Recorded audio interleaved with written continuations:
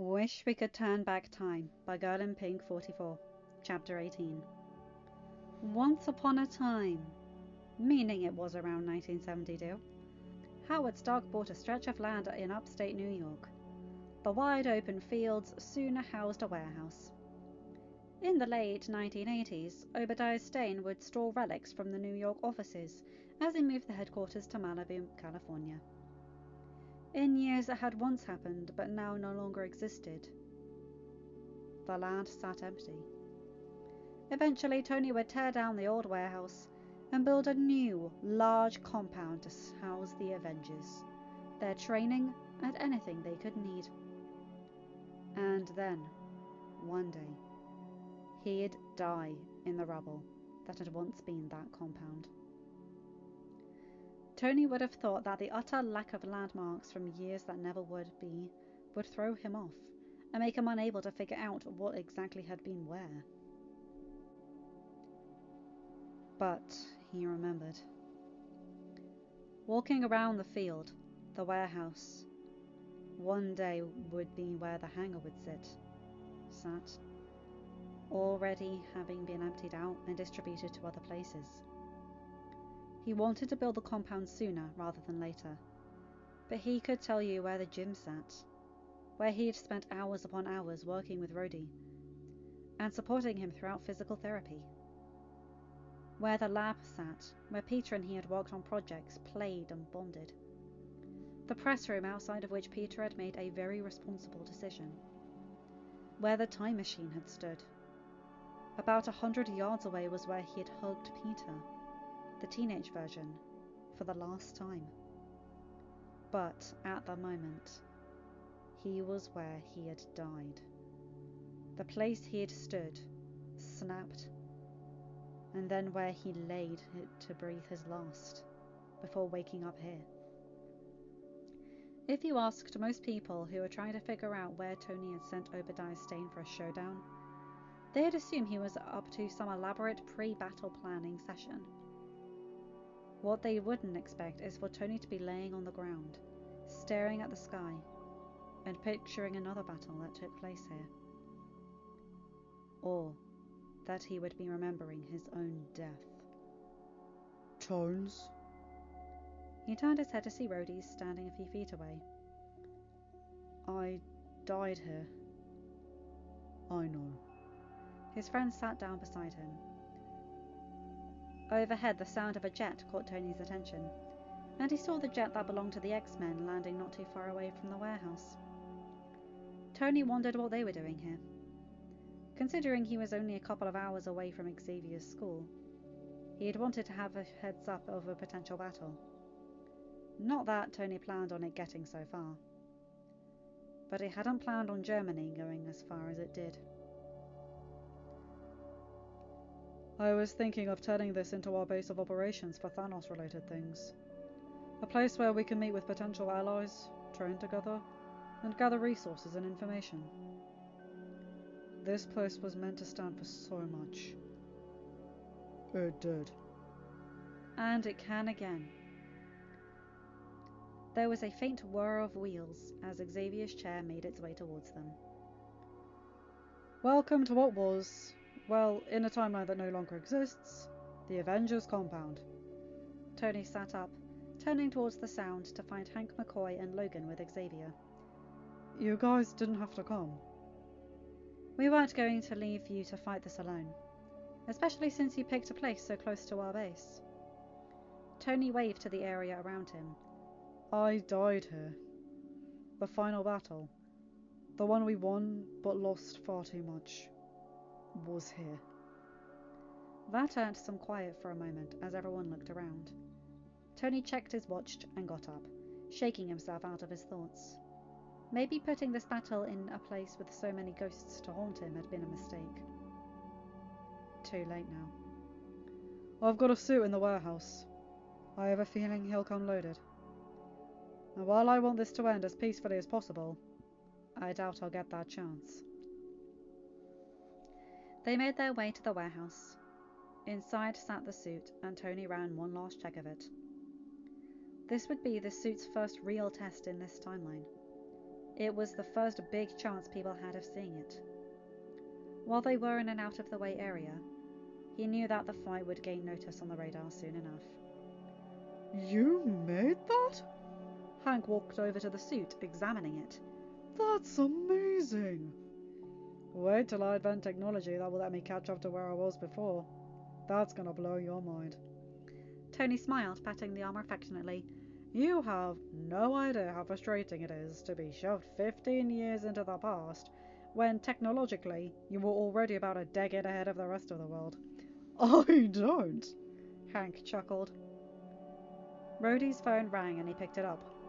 Colonel Rhodes. He talked for a minute, concern growing on his face. Tones, an unidentified aircraft is heading this way. Tony looked at the armor, realizing that it was time. I've got this. Tell the council to stand by for their first real look at Iron Man. Stepping into the suit felt like coming home in an odd sort of way. No matter how hard Tony had tried, he had missed the suits. He had even managed retirement for the better part of 5 years, but the itch was there, and now he had a chance to scratch it. As he stepped into the suit, the HUD came alive and Jay ran his final checks. All systems are functioning optimally, sir. Good job, Jay. Rhodey, are you on the radio? We are. Passing out headsets to everyone and we'll be good to go. The signal's about 2 minutes out. Dr. Xavier and I will hang back and handle the coordinating the assault. Hank and I will be your seconds, Logan smiled, the grin slightly feral as his claws emerged from beneath his knuckles, the silver gleaming against the sunlight that peeked through the windows of the warehouse. Tony nodded. We'll probably have some company in the form of law enforcement and press before this is all over. This will bring you into the spotlight. It's time, Dr. Stark. Charles spoke up. It's Tony, Professor. Then it's Charles. But it's time we stepped out of the shadows. Yes, you didn't think of us when you assembled a team to deal with Thanos, but we could have also stepped up and offered our services. Far too long we've stuck with dealing with our own affairs. But now, it's time we step up and protect our planet alongside the others. Hear, hear! Hank pumped a fist up. Tony could hear the sound of thrusters now, and walked out of the barn only to see a suit that was eerily similar to the Ironmonger suit he had faced all those years ago. Yet, technically a few weeks from now. Time travel still hurt his brain, even after a month. The suit landed and the helmet flipped up to reveal Obadiah Stane. You almost had me. Luckily, I still have friends who tip me off. It's over, Stane. There isn't any way you can hide. That's where you're wrong, my boy. There are plenty of countries without extradition treaties in the US. Once I kick your ass and kill your boys, I can fly this suit to one of them and live comfortably off the funds I've stored in an offshore account. Tony paused. Jay, see if you can track those down. That's probably his blood money. I've got a list of charities a mile long that we might choose to use for. Of course, sir. Tony turned his attention back to Stane. He flipped his own helmet up. Nice rip-off. You sloppily left the plans in Afghanistan. I liberated them from the idiots there and had some of our engineers fix it up. How did you solve the energy problem? Obadiah grinned. I blackmailed the oldest boy with the health of the youngest. It's amazing what they'll do to defend each other. Both are quite the little engineers. Tony felt his blood boil at the idea of his sons being forced to work for Obadiah. Jay, focus on the reactor in the suit. Chances are there's a failsafe to turn it off or something. Harley's a creative little sneak when he wants to be. Of course, sir. Where are they? Tony glared at the man. Last chance. Give me back my boys, and I'll talk to the feds about taking the treason charges off the table. Or you can deposit $500 million into an account to add to my retirement fund, since you so rudely seized my retirement package. Once I'm in a country without an extradition treaty, I'll send you the coordinates of the boys. You're going nowhere. You're not going anywhere. Tony let the helmet close around him. Stane's closed too. I'd like to see you stop me. My suit is bigger and better than yours. Oh, I highly doubt that. Stane took to the air, and Tony followed him. The pair played an odd game of chicken and tag and mixed together for a bit. Sure enough, Tony noticed a couple of press helicopters starting to come their way. He just hoped they wouldn't be stupid enough to come too close and get themselves in a jam. But then again, they were members of the press, and they weren't known for making the smartest decisions in the face of getting their story, so he was aware that it would be his mess soon enough. Obadiah Stane opened a hatch in the back and a machine gun came out of the back. If it had been anyone else trying to dodge, they may have struggled, but flying in these suits was second nature to Tony by this point, so he dodged them with ease. Platypus, can we reverse track him on the radar? See where he came from. Anyone except for me would have to have a place to store this, and he once again wasn't conservative with his design. I can look on my end. Get some people working on it too. Jay, I know I'm working you a bit thin. Jay, I know I'm stretching you a bit thin. Of course not, sir. It has been quite a while since I've had the chance to stretch my processing power like this. I enjoy the challenge. Tony grinned. I'm glad to hear it, because I need you to help Rhodey if he needs it. Of course, sir. I can run facial recognition as they gave me a narrowed down zone to look in, and see if I can trace your wayward employees. Thanks, Jay. Tony swerved to the right, dodging another round of bullets. He turned his attention back to the fight. You know, you are severely outgunned, Obi. Good thing I brought backup. Tony! Rhodey's voice cut through on the comms. You've got 2 more incoming! 2 dots appeared on his HUD and he looked to see 2 drones closing in on him. Luckily for Tony, he also has backup. Logan's voice cut in on the comms. Tony saw him quickly scale a tree, grab a drone and landed on the ground. Did I forget to mention I made some new friends? 'Cause I did. Tony grinned. Turning, he fired a repulsor shot at Stane's suit, sending him flying backwards. Jay, how are we looking? Power levels are holding at optimum levels. We have sustained minor damage to the suit as a result of bullets. Minor is alright. Tony fired off a shot before taking off, Stane chasing after him. So you are being targeted by Stane's guidance system. Jay's voice rang out, evasive maneuvers recommended. Tony levelled out, arguably making it easier for Stane to log on to him. Hold our position for a minute. He paused, counting for a few seconds. Flares, Jay! The flaps released and the flares dispersed as a small missile came out of Stane's suit, causing an explosion. Tony felt the heat of it and got a slight pushback from it. Smart move, Tony. Stane taunted. Honey bear, any luck? Working on it. Well, I'm going to end this. Jay, put the power in the thrusters if you wouldn't mind. We're going up. Rerouting power to the thrusters, sir. Tony launched upwards, the R-meter appearing on his HUD. It had been ages since he'd taken a joyride in a suit, but he loved flying high, getting a view that no one else saw. He launched himself into the air. Jay, the record is just over 22,000 feet if memory serves.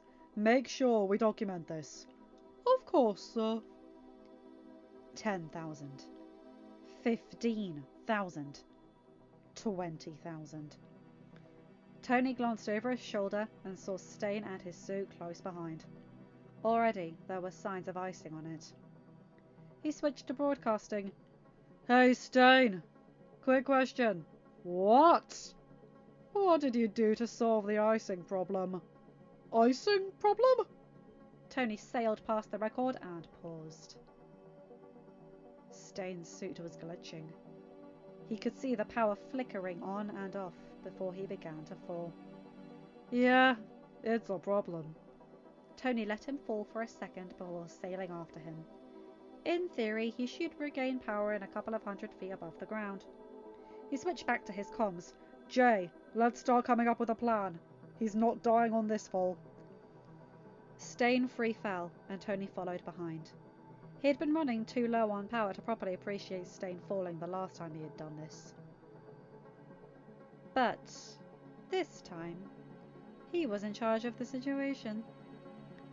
It was oddly satisfying to watch him be helpless for a minute, to feel an ounce of what Tony had felt in that cave. Perhaps it was wrong of Tony. Perhaps it was vindictive. In a way, it felt like vengeance. They were just under 5,000 feet. Sir, Stane's suit is showing signs of waking up. He should pull out of that in time. They continued falling, and sure enough, Stane seemed to get control. But as he started to move, he froze again and seemed to float about a dozen feet in the air. Jay, are you seeing this? Guys, are you seeing this? That may be the friend I mentioned a couple of weeks ago. Charles's voice rang over the speaker. A figure appeared, a metal helmet on his head. I believe this is yours, Mr. Stark. Tony nodded. Thanks for catching him. I was working on a containment plan, but that works better than any of my ideas. Would you mind holding him there for a minute while I crack this suit like an egg? The man nodded. When we're done, Charles mentioned you have a proposal I'd want to hear. I'm a Magneto. Tony. He nodded again. Give me just a second. Switching to his comm with Jay. Jay, can you hack into his suit systems and begin the ejection sequence? Give me a moment, sir. I've got my AI working on getting the suit open. Once we get him out, Colonel Rhodes over there will take him into custody until law enforcement comes on the scene. On the ground, Rhodey, Charles, Hank and Logan were coming over. Eric. Charles nodded. Charles. Thank you for coming. Magneto nodded. Your message got my attention. Tony wondered what the history was between those two, because he could tell something happened. They kind of reminded him of him and Cap after Germany. Well, after the snap. Sir, I am into the system. There was a hiss and the suit opened, revealing Obadiah, who looked shocked. Tony picked him up and carried him over to where Rhodey waited. Lowering him, Logan helped get him under control and held him as his hands were cuffed behind his back. Off to the distance, sirens could be heard. Tony turned and could see the lights as they made their way. Unless he wanted to reveal that he was Iron Man today, he needed to make himself scarce. Jay, trace what you can of his flight path. I want to find the boys. Switching over, he turned to Rhodey. Honey Bear, I'm going to join the team looking for the boys. You've got this. Get them back, Tones. With a nod, Tony flew off, following the route that Jarvis had highlighted. He had his boys to find. End of chapter. Hi guys, hope you enjoyed that one. Oh, I loved that. That was amazing. All the smarts, all the allies coming in, Magneto being a Deus Ex Machina. Awesome. But yeah, up on to the next chapter. He's after the boys. And oh boy, we're in for a cute reunion if memory serves. But I don't know exactly how cute because I haven't read this for a while. So anyway, you guys know the drill. Like, comment and subscribe and hit that bell to get notified for whenever I upload a new video. Have a good day night, whatever time zone you're in. Bye my guys, gals and non-binary pals. I'll see you in another video. Take care.